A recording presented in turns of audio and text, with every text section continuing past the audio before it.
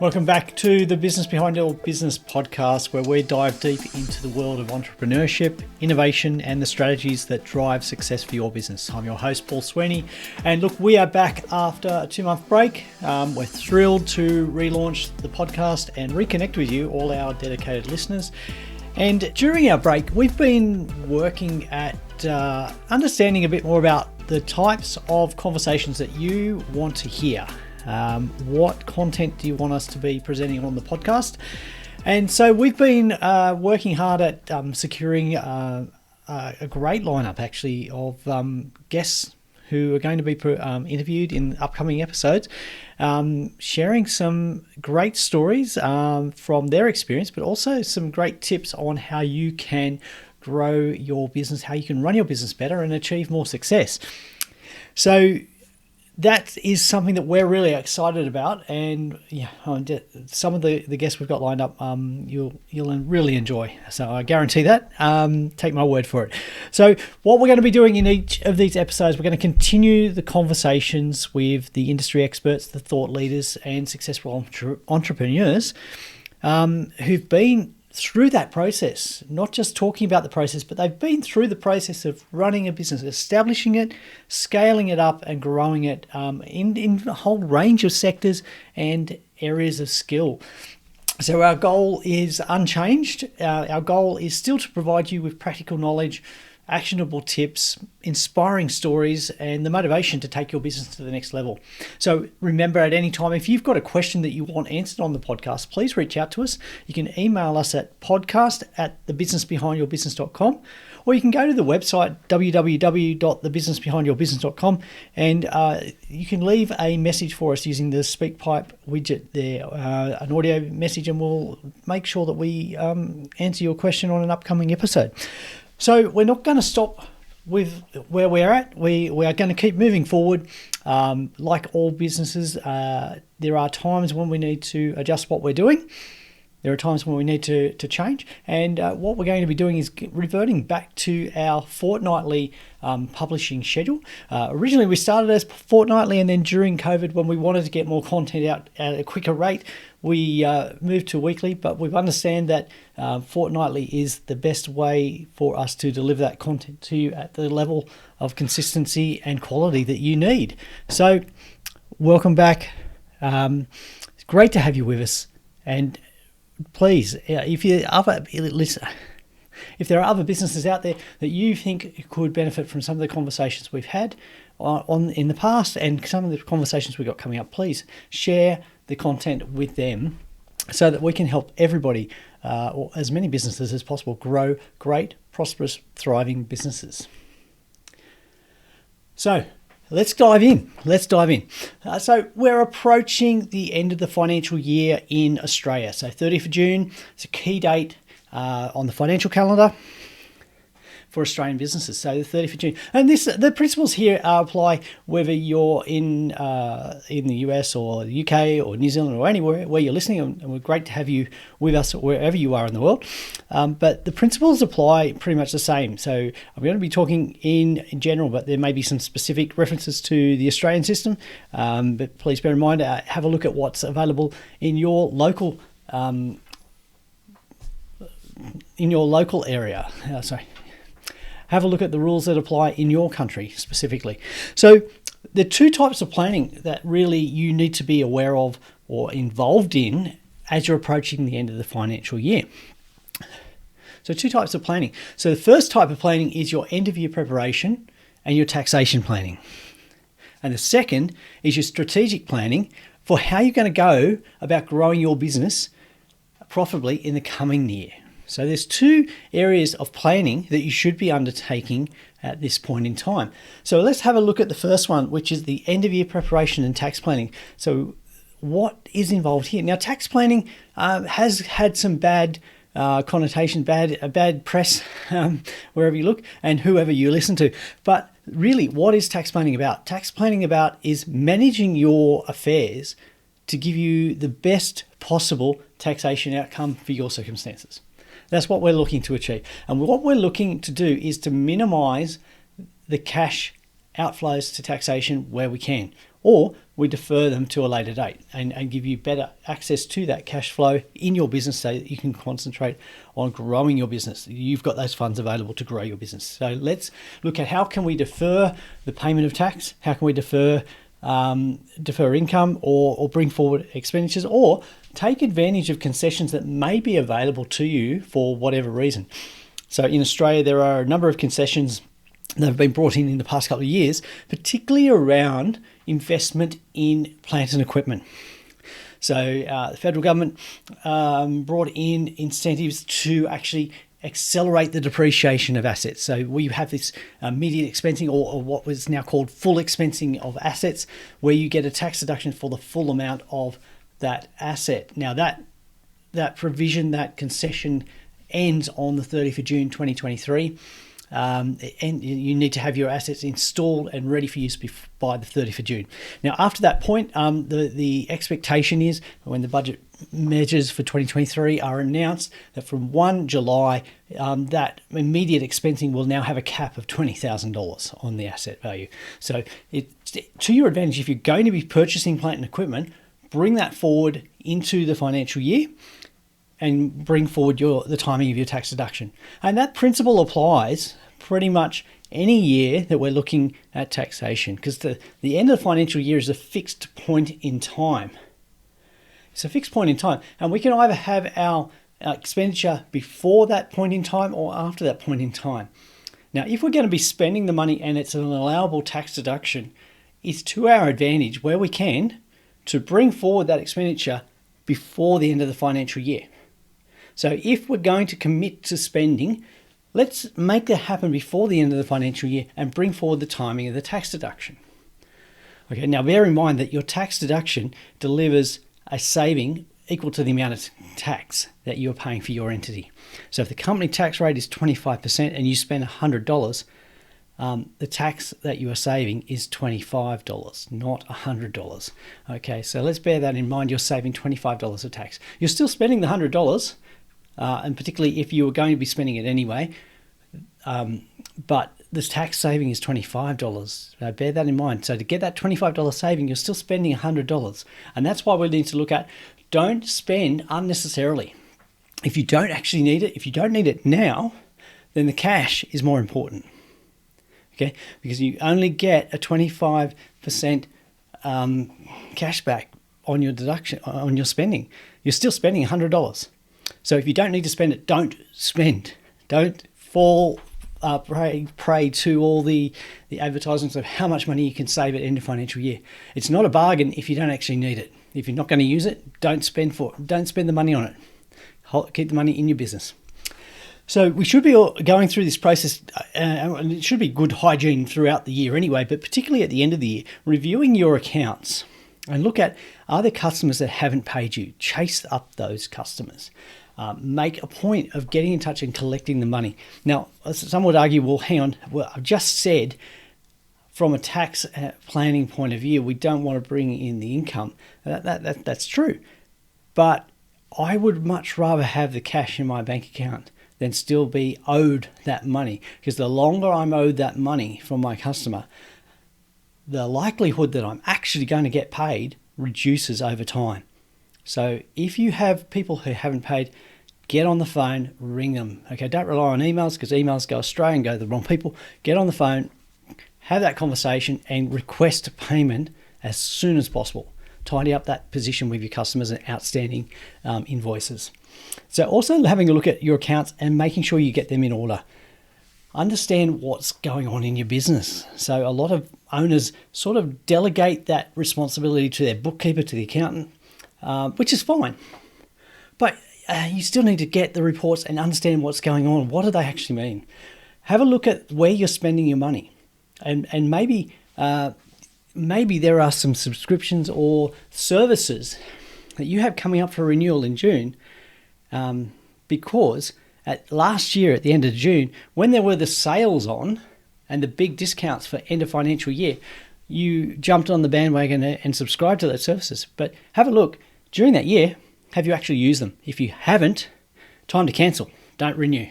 So have a look at what's going on in your business. Have a look at where you're spending money. Collect the outstanding invoices And don't forget, you've got your payroll, end of year payroll obligations and super guarantee reporting.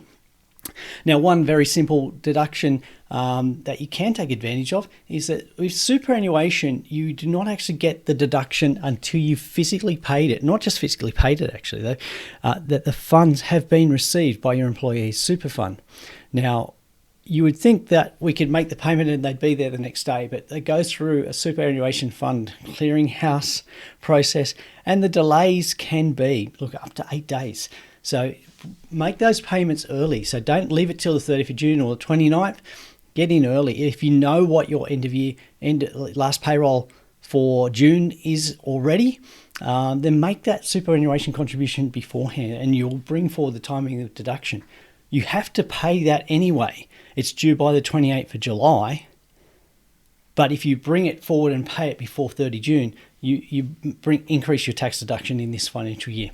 So there are a couple of things to wrap up in terms of tax and end of year planning. And then the other part, the number two, the second thing that you should be working on at the moment is your strategic planning and how you're going to grow your business profitably in the next year. Okay, so let's grab a pen and paper. Actually, if you're driving, don't grab a pen and paper, but make a note of how you're going to write this down when you finish or when you get to a safe place and you can write these down. Okay, so what are your goals for the next 12 months? So write down 3 things that you want to achieve in the next 12 months. And that might be you would like to pay down some debt, that you might like to reduce the amount of business debt that you have. That might be a credit card balance that just won't go away, or it might be some asset finance, or you might be just going from week to week in terms of cash flow. You might want to build up a buffer of cash flow. So they might be a goal. The other one might be that you might want to increase your profit by, say, $100,000. And that might be a goal. And that's a real tangible goal. We've got a figure on there and a goal, and we're going to say within 12 months, we want to increase our profit by $100,000 more than what we achieved in this last 12 months. Another goal, which is very topical at the moment, is it might be that I want to, or you want to, as a business owner, work less hours in the business. Work less hours in the business. That might give you more time for the things that really matter. You know, things like family or having a holiday, or just maybe you've got some other projects which are not related to your business. So they might be charitable or community-based projects that you want to get involved in, but you can't do that while you're spending so much time in your business. So you might want to make your business more efficient so that you don't have to spend as many hours in the business. So they could be your goals for the next 12 months. So having set those goals, think about what needs to be different. What needs to be done differently in your business to make that happen? Because if you just keep going on the same things and doing everything exactly the same way, then it's likely that the results will be pretty much similar, unless there's this huge wave of economic improvement. But let's not rely on that. Let's look at the factors that we can control. So what do you need to do differently in your business to move it from where you are now to achieve those 3 goals that you set in 12 months' time? So what are the things you need to do differently? It might be that the way you're going to increase profit is to increase sales. So how are we going to increase sales? Are we going to increase our price, which is very topical at the moment? Should we increase our price? How much are we going to increase our price by? What happens if we increase our price by 10%? What's the effect? Does that mean we need to do more activity? Maybe not. Let's have a look at it. Do we need to find a cheaper supplier, a better supplier, or a more reliable supplier? One where we can order it and it's going to turn up within the period that they agree, that we won't have to wait 3, 6, or an unknown period of months before we get delivery of it. Do we need to change some of the processes in our business? Are we taking a long time to do things? Are there too many steps? Or do mistakes happen because nobody knows exactly how things should be done? What can we do differently? Okay, so if you're stuck for a few ideas, have a look through have a listen through the back catalogue of previous episodes where we've talked about some of these topics. We've talked about topics about how to be more efficient, how to increase your sales, and we're going to have some more conversations about increasing sales because it's very important. But go back and have a listen. Go back through the back catalogue and re-listen to some of those episodes. But remember, these changes, they're not going to happen by themselves. So they're not going to happen just by saying, I need to make a change and I'm going to increase my sales, or I'm going to pay off some debt, or I'm going to be more efficient. You need to identify what are the steps that you need to take to make sure that at the end of next year, in 12 months' time, that your business, your financial position is at the place you need it to be, okay? Where you want to be in 12 months' time. So what are the steps you need to take today or during this year, but start today to make sure that that happens? So there's a few things that you need to take into account because there are things that are going to happen next financial year. There are changes and you need to be ready for them, and also not just ready for them, but know how they're going to affect your business, how they're going to affect your profit and your cash flow, because some of these changes will have an impact on the goals that you've set. So if your goal is to increase profit by $100,000, well, that's great. But hey, have a look. Minimum wages have been increased from the 1st of July, or the first pay period after the 1st of July. 5.75% for most, upwards of 8.6% for some. Now, you might not have employees who are on minimum wage. Okay, you might be paying more than minimum wage, but do you know what? There's going to be a flow-on effect because a lot of other employees are going to look at that and say, hey, they're getting 8.6% increase. They're getting an 8.6% increase. I want an 8% increase. I want an 8.6% increase. Okay, I'm entitled to it. I work hard too. So they're going to be asking for that 8.6% increase or some kind of increase. They may even think that they deserve more than 8.6% because they can get 10% by going somewhere else, or they could get 15%. And unfortunately, we're in this cycle of high wages growth. Okay, so that's going to have an impact. That's going to have a flow-on effect. Coupled with that, we've got an increase in the super guarantee rate from 1st of July. It goes from 10.5% to 11%. So there's another 0.5% across the whole payroll. What happens when wages goes up? Your workers' compensation in premiums will go up as well because they're linked to wages. And you may also be tipped over the threshold where you start having to pay payroll tax.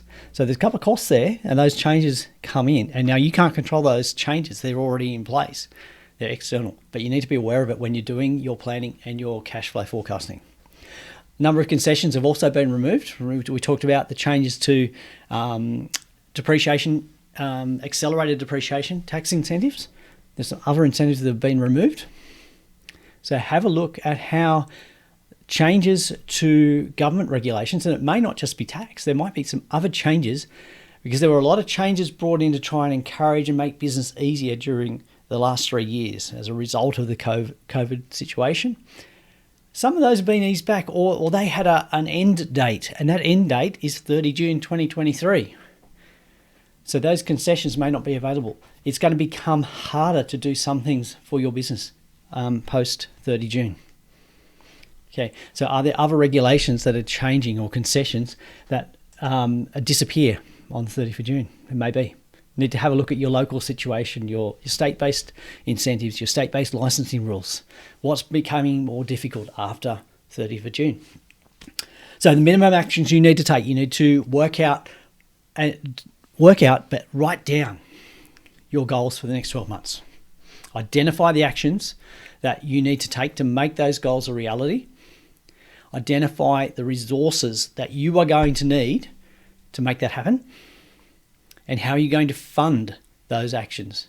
Do you need more cash? Or are you going to fund those actions by increasing your sales and your profit and your cash flow? Okay, how are you going to fund all of those actions?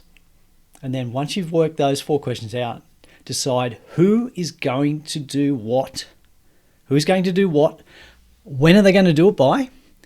And check what resources do they need to make it happen, and make sure that you've actually accounted for how you're going to acquire those resources. And very simply, the answers to those 5 questions, that's your business plan. That's your business plan. Very easy. Didn't take a long time. Okay, it's not the back of an envelope, but close enough.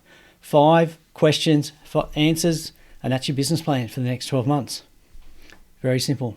Then take that plan and forecast what is going to happen to your cash. That's your cash flow forecast. If you increase your sales, when's the cash coming in? Okay, when's the cash coming in? What are you spending? When are you going to spend? Make sure that your inflows from cash exceed your outflows. And that way you're going to build up your cash reserves. You're going to be able to pay off some debt and move your business forward. Set up a process and the reports from your accounting system, from your CRM, from your Google Analytics, all the things that drive your business, and work out what are the key things you need to monitor regularly. So monthly. Some people will do it quarterly. Monthly is best if you ask me. So monthly, you're going to regularly run those reports, check in against what your forecasts were, what your plans were, and are you on track? What do you need? Are you on track? Yes? Great. That's good news. If you're not, what do you need to adjust to move forward and make sure that you achieve your goals for the next month? Okay. Now, that might seem a little bit hard. Okay, I've described it, and to me, it's a fairly simple process. But that's what my business, that's what I do for a living, okay? That's what I get out of bed in the morning and do because I love doing that and helping business owners with this process. But you might not be the person that wants to do that, okay? Because you didn't go into business to do all of this stuff. You didn't go into business to do planning and forecasting and setting up reports. And that's fine. That's great, actually. It means that you've identified that that's not the best use of your time. Your best use of your time is in growing your business, running your business, and making the decisions about how to run your business better. But the financial side of it, the planning, the forecasting, the checking in, the monitoring, work with an accountant and business advisor to help you do that, to achieve your goals. The other thing there is if you're working with somebody else like myself or my team, you've got that accountability in there. And the thing is, when you are accountable to somebody else, you're more likely to do it. You're more likely to act on it. If nobody knows about your goals and you never tell people what's going to happen, you're not as accountable. There's not as much drive, compulsion to act on it. Okay, we can always put it back to the next month or the next year. So let's not do that. Let's write those goals, tell somebody about it, make yourself accountable, check in regularly how you're doing and make it happen. So thanks for joining us again. It's great to be back on the air. It's great to be back sharing tips to help you grow your business, run your business more efficiently. And look, we've got, as I said earlier in the podcast, we've got some great interviews lined up ready for you.